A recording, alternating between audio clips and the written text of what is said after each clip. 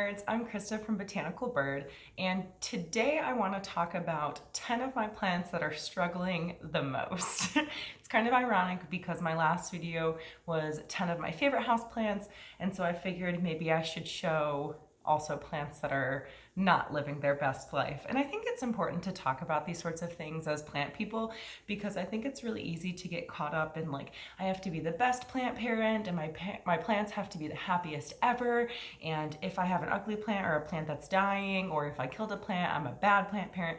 And it's just not true. Like, I really like when Becca de la Plants will talk about, like, at the end of the day, plants are just plants. And I think that's a really healthy way to view it. As much as we love plants and take care of them, I think it's important to realize that our worth as people doesn't really lie in that. And I don't know if anyone else kind of gets caught up in that, but sometimes I feel guilty if one of my plants isn't doing the greatest.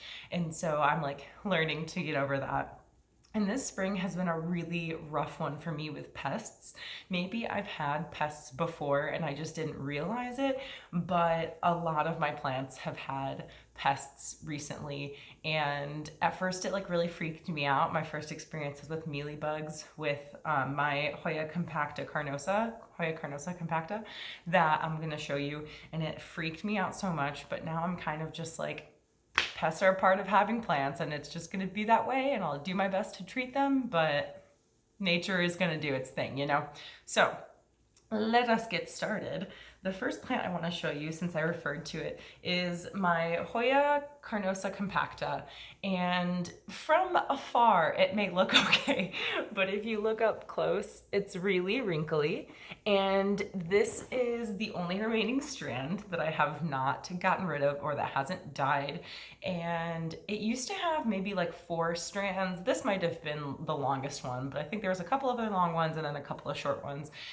And this was ravaged by mealybugs, and I treated it. I went through with the stupid little Q-tip, and I didn't have rubbing alcohol, so I used hydrogen peroxide, like dabbing at each little mealybug I saw. It was a pain in the booty for sure. I even took out every stem and like sprayed it down in my sink. And Hoya roots are generally really delicate, and so I even like hosed those down, trying to get rid of any mealybugs. And this is what I was left with eventually. And I think it's wrinkly because I was treating it with neem oil and I left it out in its very bright, direct light spot in my apartment. And so I think the oil intensified the sun's rays and kind of fried it a bit. But I've been trying to mist it more now and making sure to water it. And it doesn't seem to be helping that much. So I'm not sure. This is struggle plant number 1 for me, but it's doing its best, it's trying. Next, I will show my Peperomia ruby cascade. So once again, maybe from afar this looks okay, but if you look up close, you can see some dead leaves. And then just like on the top, I don't want to spill a bunch of dirt, on the top, like a lot of them, the leaves are just thinning out, like the actual thickness of the leaf is getting thinner and they're kind of turning brown and curly. And what happened with this one is when it was shipped to me, I got this from Etsy. When it was shipped to me, the soil was wet and it stayed wet for a long time. I tried to just let it dry out by itself and it didn't seem to be doing that very effectively. So eventually I switched out the soil and that appeared to help for a while. I was really happy with it. And I was concerned because like they're vines, and I feel like whenever you have a vining plant like this, where the roots kind of just grow along the vine on top of the soil, it's really hard to repot, at least for me. And the root system was really delicate. And so I was nervous, but I think I more or less successfully did that. But I had this on the back bedpost of my bed. Like I have some plants kind of lining my bed, like behind my head, and it took a nosedive off of my bed. And so that really messed it up pretty bad. And I even like I put all the stems back on top and like kind of tried to strategically place it so it didn't look bald. And then I bobby pinned them down to encourage the stems to stay there and then roots to grow from the stems. But it doesn't appear to be working very well. There are some sections that are okay, but this plant might end up dying. I put it in a more bright spot so that it could also get more light so it could photosynthesize and hopefully survive, but but I think this one's on its way out. So rip Ruby Cascade. All right, next I will show you my Begonia Maculata. And this is actually a second one I bought. I had a first one, but a smaller, and I really liked it, and it was taking a while to grow, and so I just like wanted a bigger one, I guess. You can see there are leaves where I've like cut out chunks or something, like this leaf, I cut out this chunk. And this this leaf, this needs to go. This like the bottom part, you could tell I cut this off. I am the type of person to cut off dead spots or like rotting growth or anything on my plants. Some people will leave it until it either falls off by itself or it's so rotten or dead that you can just pick it really easily. I feel like it's like an OCD quality where I would rather look at a piece of cut leaf rather than a big ugly spot. And so yeah, but I think sometimes it's to my detriment. So I don't know. I know that begonia are prone to powdery mildew, so I don't know if that's what it is. Like on the back of the leaves, this is what starts to happen. It looks like that, but I don't think I'm underwatering it. So I don't know. I've been trying to monitor it more closely because I am surprised, even though most of the soil in here is like coco coir, it seems to dry out pretty quick. So I don't know. It's definitely not my worst plant, but there's been a lot of leaf loss. You can see all this empty space. So I'm trying, I'm working on it. And I think actually at first I might have been giving it too much humidity. I thought I read when I was researching its care that it can tolerate household humidity, but it would benefit from higher humidity. So to me, being a helicopter plant parent, I'm like, great, I'll mist it every day. And that could have been the problem. So I don't know. Sometimes you just try your best and it works, and sometimes you try your best and it doesn't. Another plant I want to show you. This is so sad. This is one of many different propagations of my red Maranta leuconura that I have because it was ravaged by spider mites. Y'all, I swear I'm not like a terrible plant parent. I think also I've had more pests this year because I have a lot more plants. I guess last year I've just been growing. I don't like to call it a collection because I don't want it to sound like I think nature is something I can possess. So I never call my plants my collection. I'll say the plants I care for or my plants. But I think part of it's because I have been obtaining more and more plants. And so I think that's like a higher chance to have pests. So basically my Maranta I got from Lowe's or something last year, and it had blessed me with so many beautiful leaves. It was vining like crazy. It was getting like nuts, and I actually took a propagation from it like a month ago or something because I was cleaning and my vacuum cleaner slipped and like fell on one of the vines and broke it. And so I don't like to waste good plants, and so I was like, I'll propagate that. But then it was ravaged by spider mites, and I'm still trying to treat it, but I kind of felt like the plant itself was a goner, and so I ended up cutting it so far back and then trying to save any vines that could be propagated. And this is probably, I have 1, 2, I guess 3 other water propagations of it, and this is probably the one that's doing the worst. You can see that some of the leaves, this leaf is unfurling, so that's why that one is so curly. I like to think of them as like little burritos. But some of them are also curly because they're so thirsty, because some of the vines or some of the stems are not rooting. And so yeah, I'm pretty sad because it was like one of my like statement plants, you know, before they can get really unruly. And in that way, I'm kind of glad to be propagating it and starting over because it'll be like a more compact plant to start.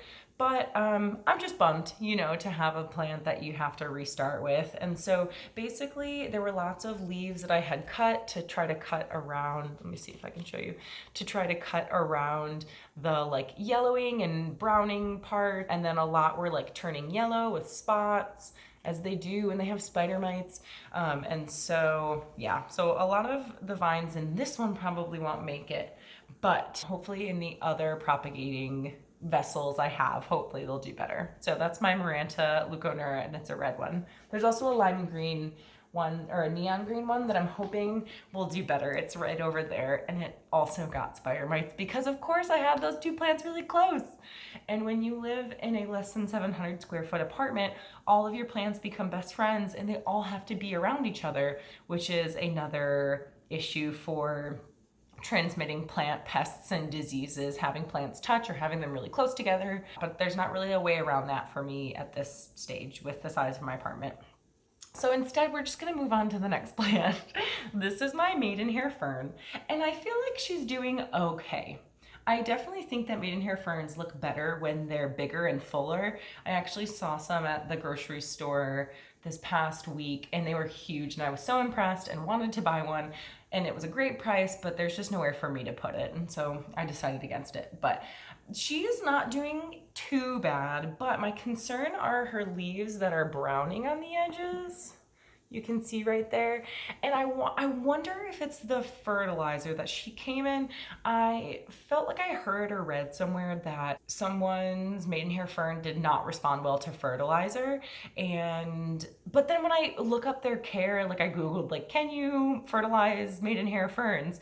And it gave me the instructions on when to fertilize them. So I don't know, but today I'm planning on switching out the soil for soil that doesn't have any fertilizer granules in it. And I want to keep it in mostly coco coir without a lot of amendments because these are some thirsty girls. Like, I water her. She's the only plant that I have a specific watering schedule for. Everyone else, it's just when you're dry, like at the dryness level that is appropriate for you. For her, I water her every other day, which is very frequent. The most I water any other plant, I think, is once a week because I check all of my plants once a week. So, and she needs a lot of humidity. I don't think she's doing too bad, but you know, there's some crispy pieces and whatever. So I'm hoping that new soil will help. Next, I have my pepperonia. My boyfriend likes to call them pepperoni. My peperomia rana verde. And she's from Gabriella Plants, and so I'm kind of surprised that she's not doing well because all of the other plants I've ordered from them have been amazing. And when I got her, her soil was really moist also, but just like having so much faith in that company, I didn't really do much about it. I just haven't really watered her, but a lot of the leaves kind of fell off, and then me being clumsy, I like broke off a lot of other leaves too. She just like doesn't look that great. Most of her leaves are really little, and I'm trying to tell, a fun thing about peperomia is that you can tell if they need water by kind of squeezing the edges of the leaves and seeing how easily they fold in. If they're nice and crisp, and if you feel like you'd snap it by doing that, it doesn't need water. But if it's really pliable and folds really easy, they need water. And so I feel the soil and it's still a little bit moist, so I want to wait to water it. But then the leaves, some of the leaves are pliable. Like this little one is not at all. So she's looking raggedy, and I actually, some of the giant leaves that I accidentally snapped off, I propagated because, once again, I don't like to let plants go to waste. So she's rocking this like party in the front, bald in the back situation, which I generally don't mind for my plants because I usually have them up against a flat surface like a wall or a bookshelf or whatever. So it usually doesn't bother me, but I just feel like this is a little excessive, you know? So I think today I'm also going to switch out this soil and maybe add some more amendments that help it drain easier for the water to get through. I don't know. We'll see if it helps. Okay, next I have, this is a Dieffenbachia. Please don't judge my novice staking skills I have here. I often stake things with bamboo and then just like yarn that I knit with. And so it's not always the cutest, but it works, you know, and I'm not about to break the bank buying tons of moss poles. I actually did just buy materials to make my own moss poles, so I'll start doing that. This Dieffenbachia was probably my second plant to get pests, and I'm guessing also spider mites. I think my apartment has just been overrun by spider mites. And so we've lost a lot of leaves, as you can see with this huge bare stem right here, because like I said, if a leaf is not doing great, I generally rip it off. And so while we do have some new leaves here and we have a couple of unfurling leaves too, I just feel that this is kind of a naked plant in comparison to what it used to be. And I think I successfully rid the plant of spider mites, she says as she looks under the leaves to double check. So I think it's doing well. Like there's a new leaf coming. Let's see if I can show you. There's a new leaf coming right here by my pinky. And so I'm hoping the new leaves will start to get bigger because these ones down here are pretty small.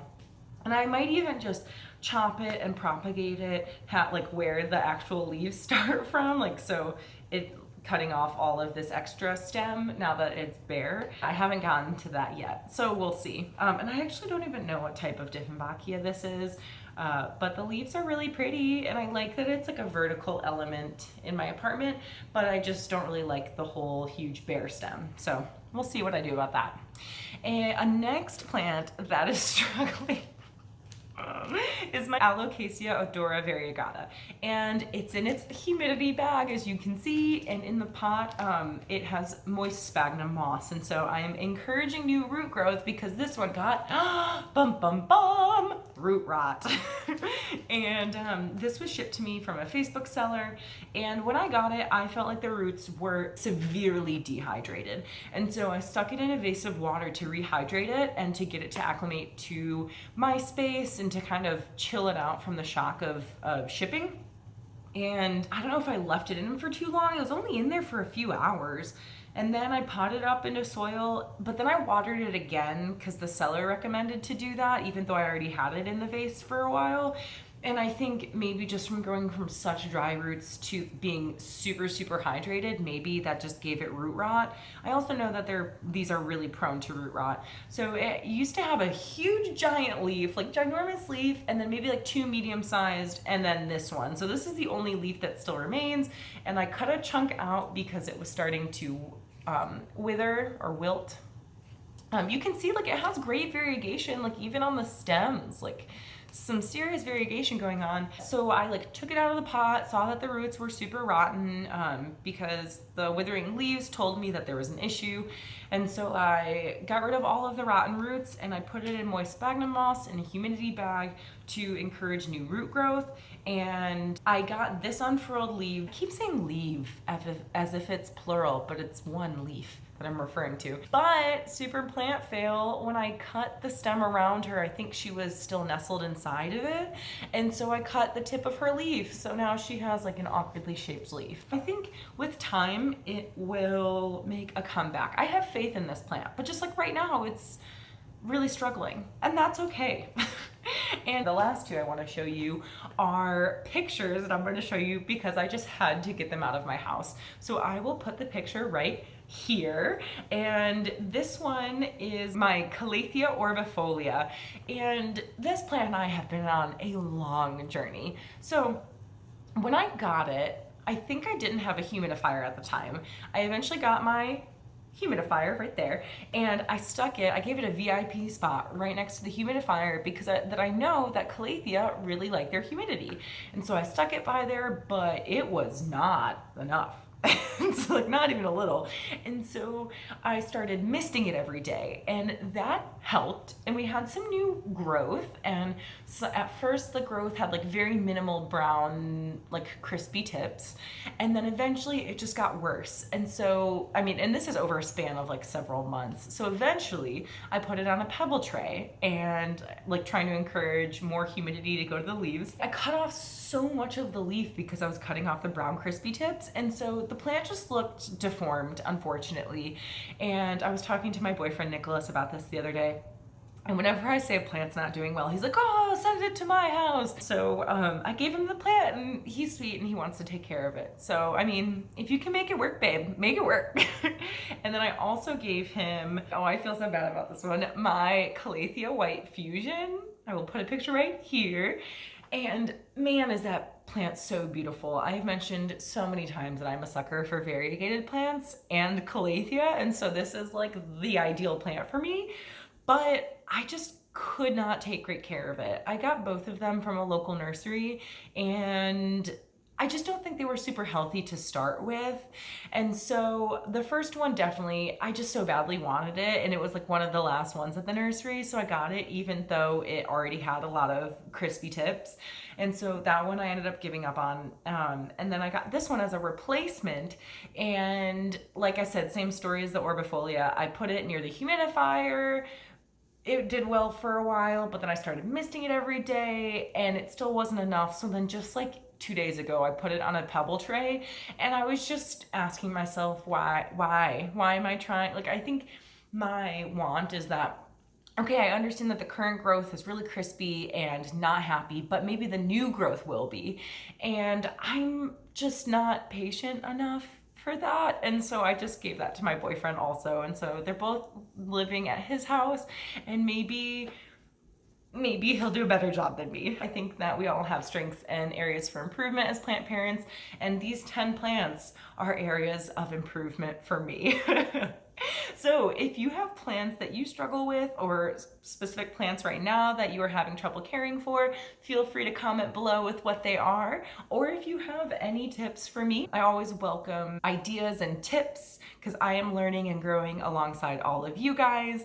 And if you like this video, please subscribe to my YouTube channel. It's Botanical Bird, 2 separate words, and bird has a U in it, not an I. And follow my plantee Instagram, which is at botanical_bird. Don't forget, I'm rooting for you. Bye.